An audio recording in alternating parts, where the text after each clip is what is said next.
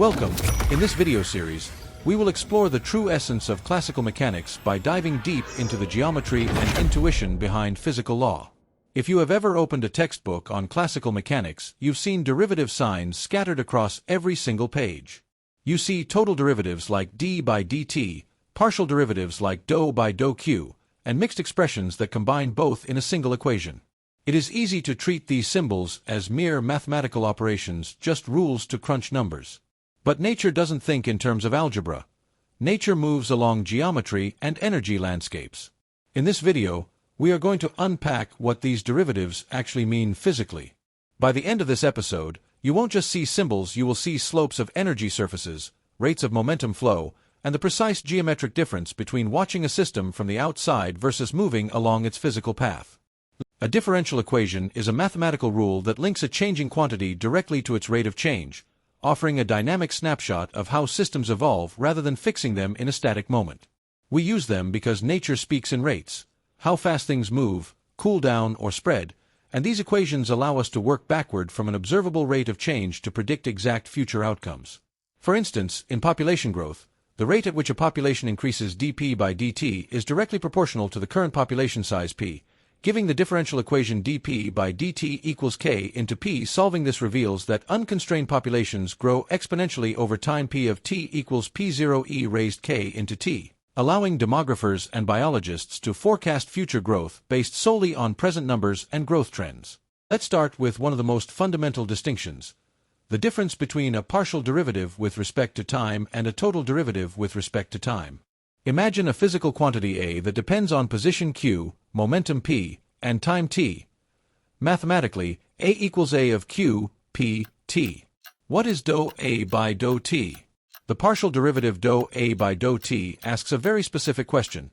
If I freeze position q and momentum p in space, how does the quantity A change purely because the clock is ticking? Think of it like holding a thermometer completely still in a river. If the water upstream gets hotter over time, your thermometer reading changes. That's dou A by dou t, the explicit, localized change of a field or surface not in the different positions. Now, what is the total derivative dA by dt? The total derivative does not freeze space. It tracks a real physical particle as it moves along its trajectory q of t and p of t by the chain rule.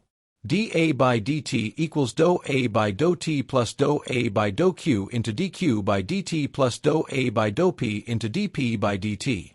Look at those extra terms. The total derivative accounts for two things simultaneously. 1. How the field itself is changing over time, dou A by dou t. 2. How much the value changes because the particle is physically moving into new regions of space, dou A by dou q into q dot plus dou A by dou p into p dot. In classical mechanics, dA by dt tells you the real rate of change experienced by the particle as it moves along its path. Next, let's talk about taking derivatives with respect to position, dou by dou q. Whenever you take a derivative of a scalar field with respect to position, you are measuring a slope. In physics, energy fields are landscapes. Take potential energy V of q. The partial derivative dou V by dou q tells you how steeply the potential energy rises when you move a tiny step dq in space. Why is there a minus sign in Newton's force equation, F equals minus dou V by dou q? Because systems naturally want to minimize their energy if the energy landscape tilts upward to the right, positive slope, dou V by dou q greater than 0, nature pushes the particle to the left, that is negative force. The spatial derivative maps out the physical pushes and pulls created by energy gradients. In Lagrangian mechanics, this spatial slope appears as dou L by dou q. Since Lagrangian L equals t minus v, and kinetic energy T usually depends only on velocity, dou L by dou q simplifies directly to minus dou V by dou q, which is the generalized force. Now we get to the most interesting derivatives in analytical mechanics.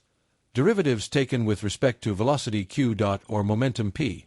What does it mean to take a derivative with respect to a rate of motion?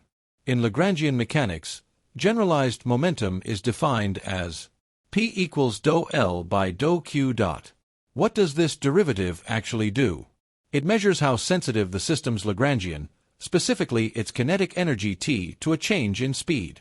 For a standard particle where T equals half mq dot square, Taking the derivative with respect to q dot brings down the power of 2, cancelling the 1 by 2, and leaving you with mq dot the classical momentum. But if your system has magnetic fields or relativistic effects, this derivative automatically extracts the canonical momentum, capturing hidden interactions that F equals ma completely misses. In Hamiltonian mechanics, we flip the perspective using Hamilton's equation. Q dot equals dou H by dou Q. Here, H is the total energy surface plotted over phase space Q, P. Taking the derivative of energy with respect to momentum gives you velocity. It tells you how fast the system shifts in position per unit change in momentum along the energy boundary. To bring it all together, let's reread the most famous equation in classical mechanics, the Euler-Lagrange equation, using everything we just learned. d by dt of dou L by dou Q dot dou L by dou Q equals 0. Look at what this equation is saying. First, inside the parentheses, we take a partial derivative with respect to velocity dou L by dou Q dot. This freezes position and extracts the canonical momentum p. Second, we take the total time derivative d by dt of that momentum. This lets the system unfreeze and move along its real path, tracking how that momentum changes second by second dp by dt. On the right-hand side, we take a partial derivative with respect to position dou L by dou Q, which measures the spatial force F exerted by the potential landscape. The Euler-Lagrange equation simply asserts, along the true path of motion, the total rate at which momentum evolves through time dp by dt must exactly match the generalized spatial force dou L by dou Q. If they don't match, you aren't on a real physical trajectory. So, to wrap up part 1, partial derivatives freeze all other variables to measure local slopes or rates of change. Total derivatives follow the system continuously along its actual trajectory through time. Derivatives with respect to position yield forces, while derivatives with respect to velocity yield momenta. Now that we understand the language of these derivatives, we are ready to build the engine that uses them. Thank you for watching, and I'll see you in part 2.